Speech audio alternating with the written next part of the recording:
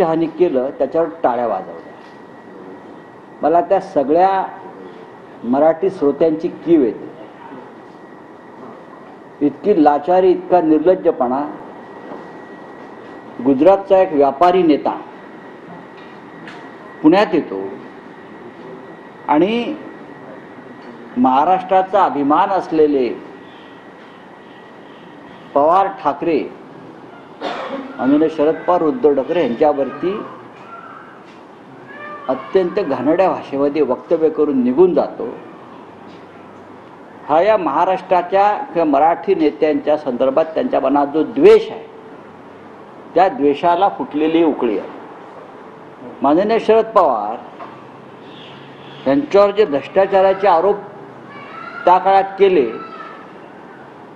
ते ज्यांच्यामुळे केले ते प्रफुल्ल पटेल, ते अजित पवार, ते सुनील तटकरे, ते हसन मुश्रीफ, हे सगळे आज अमित शहांच्या मांडीला मांडी लावून बसतात त्यांच्या पक्षात.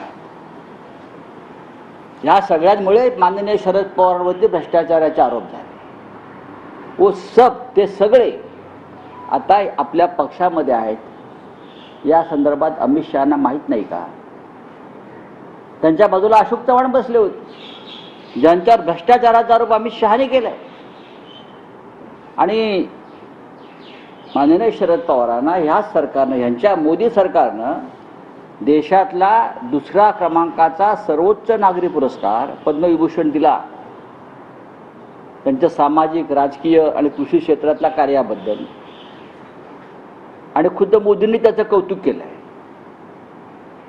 पवारसाहेबांचं बोट धरून आम्ही आलो राजकारणात वगैरे वक्तव्य केली. याचा अर्थ मोदी आणि शहामध्ये कधी भांडण झालेलं दिसतंय, मला मतभेद झालेले दिसत आहे.